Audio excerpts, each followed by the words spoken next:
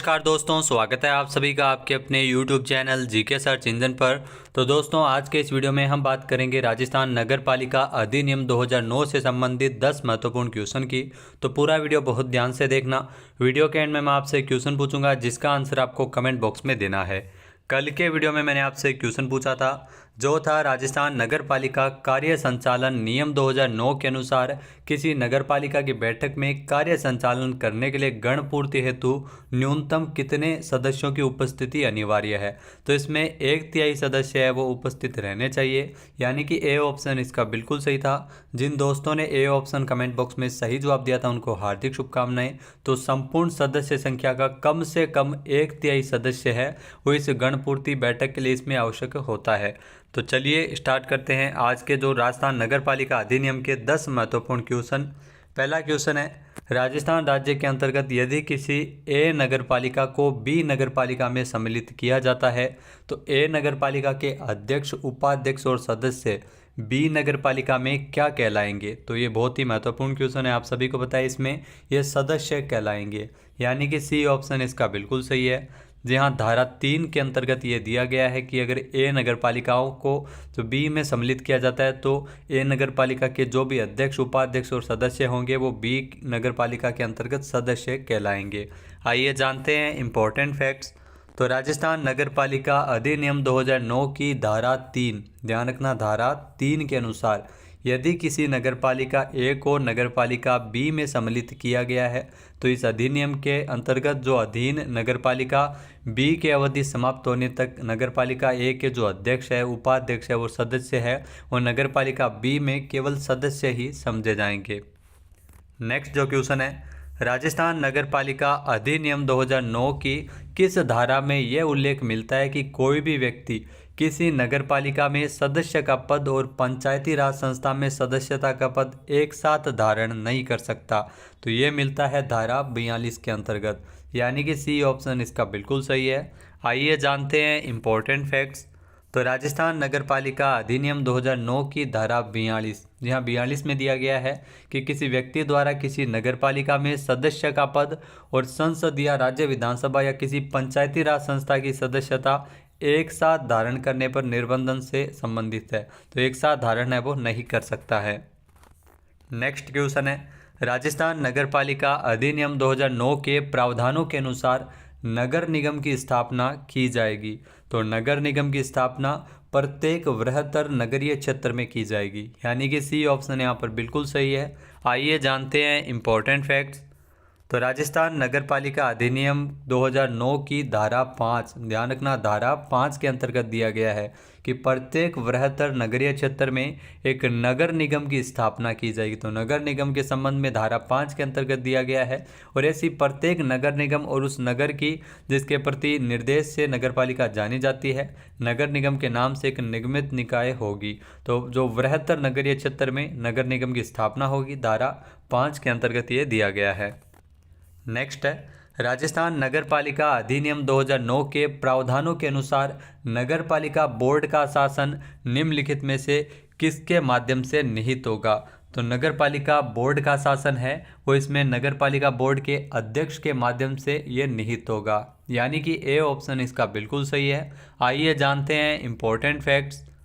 तो आपको बता दें कि राजस्थान नगर पालिका अधिनियम 2009 की धारा 8, ये धारा 8 में दिया गया है कि किसी नगर पालिका जो नगर पालिका बोर्ड, नगर परिषद एवं नगर निगम का जो नगर पालिक शासन एवं उनके अध्यक्षों के माध्यम से ये नियुक्त किया जाएगा।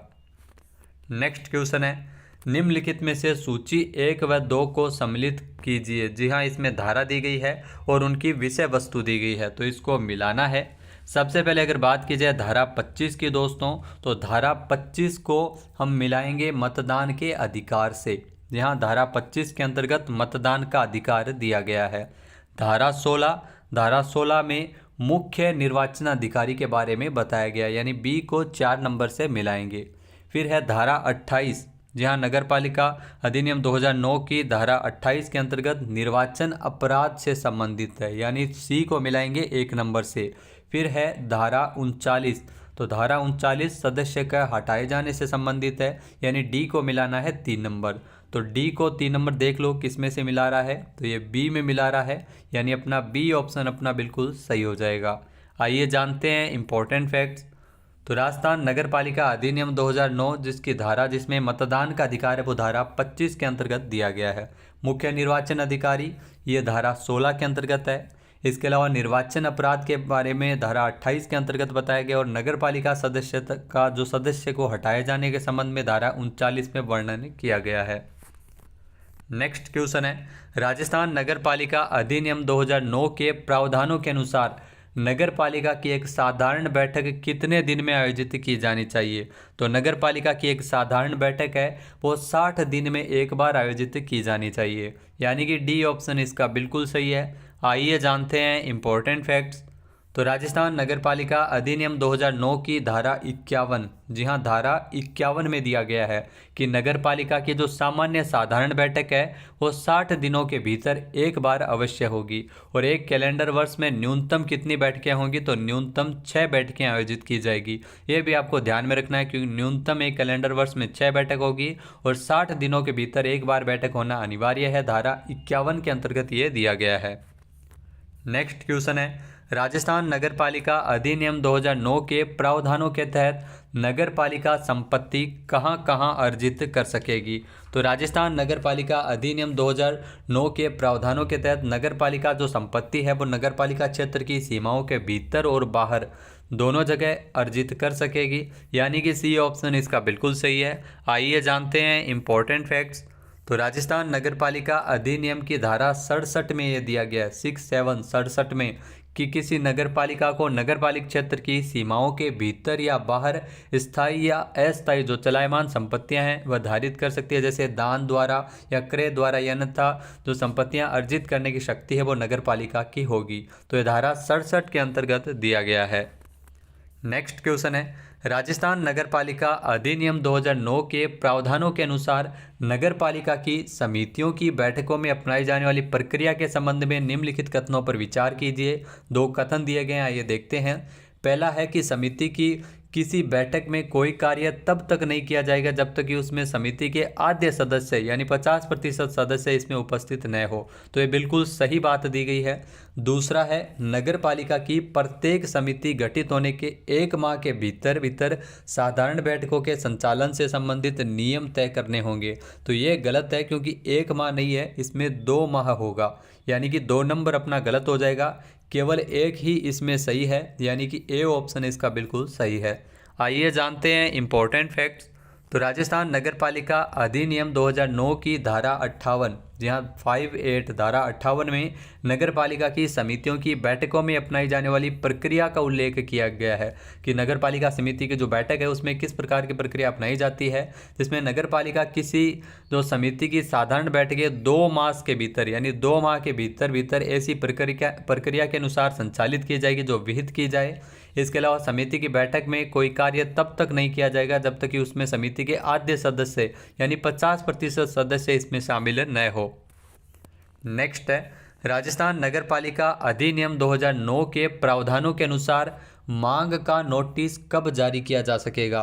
तो मांग का नोटिस है वो बिल प्रस्तुत किए जाने के 15 दिन के अंदर नगर पालिका कार्यालय में राशि जमा नहीं करवाने पर मांग का नोटिस है वो जारी किया जा सकता है, यानी कि सी ऑप्शन इसका बिल्कुल सही है।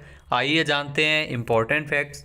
तो राजस्थान नगर पालिका अधिनियम 2009 की धारा 130, जी हाँ धारा 130 जिसमें मांग का नोटिस दिया गया है कि यदि किसी व्यक्ति को नगरपालिका द्वारा कर के बकाये के रूप में प्रस्तुत किए गए बिल का भुगतान यदि वह व्यक्ति 15 दिवस के भीतर नगरपालिका कार्यालय में नहीं करता है तो नगरपालिका ऐसे व्यक्ति को मांग का नोटिस जारी कर सकती है। तो 15 दिन के भीतर ध्यान रखना 15 का डबल होता है 30, तो 130 के अंतर्गत मांग का नोटिस दिया गया है जिसमें 15 दिन के भीतर जो नगरपालिका कार्यालय में बिल का भुगतान है वो करना अनिवार्य रहता है। नेक्स्ट क्वेश्चन है, राजस्थान में नगर पालिकाओं द्वारा नगर के नियोजित और समेकित विकास और भूमि के संतुलित उपयोग को सुनिश्चित करने हेतु मास्टर विकास योजना तैयार की जाएगी। तो मास्टर विकास योजना की अगर बात की जाए तो ये 20 वर्ष की कालावधि के लिए तैयार की जाएगी, यानी कि डी ऑप्शन इसका बिल्कुल सही है। आइए जानते हैं इंपॉर्टेंट फैक्ट्स।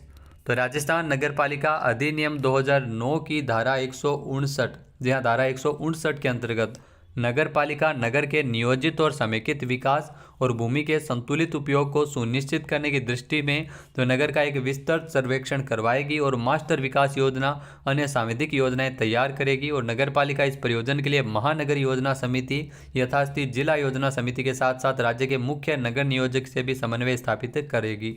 इसमें वर्णित योजनाएं जिसमें इस तरह से होगी, जिसमें मास्टर विकास योजना जो 20 वर्ष की कालावधि के लिए, जी हाँ 20 वर्ष की कालावधि के लिए, और निष्पादन योजना 5 वर्ष के कालावधि के लिए समय के लिए, और तीसरी है जो वार्षिक नगरपालिका कार्य योजना जो 1 वर्ष की कालावधि के लिए लागू की जाएगी।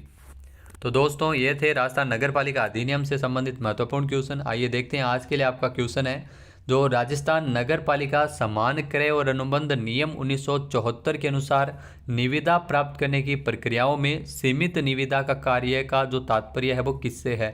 एक बार फिर से सुनिएगा, राजस्थान नगरपालिका समान क्रय और अनुबंध नियम 1974 के अनुसार निविदा प्राप्त करने की प्रक्रियाओं में सीमित निविदा का तात्पर्य किससे है। इसका सही आंसर आपको कमेंट बॉक्स में देना है। और अगर ये वीडियो आपको पसंद आए तो इसे लाइक और शेयर करना बिल्कुल न भूलिएगा।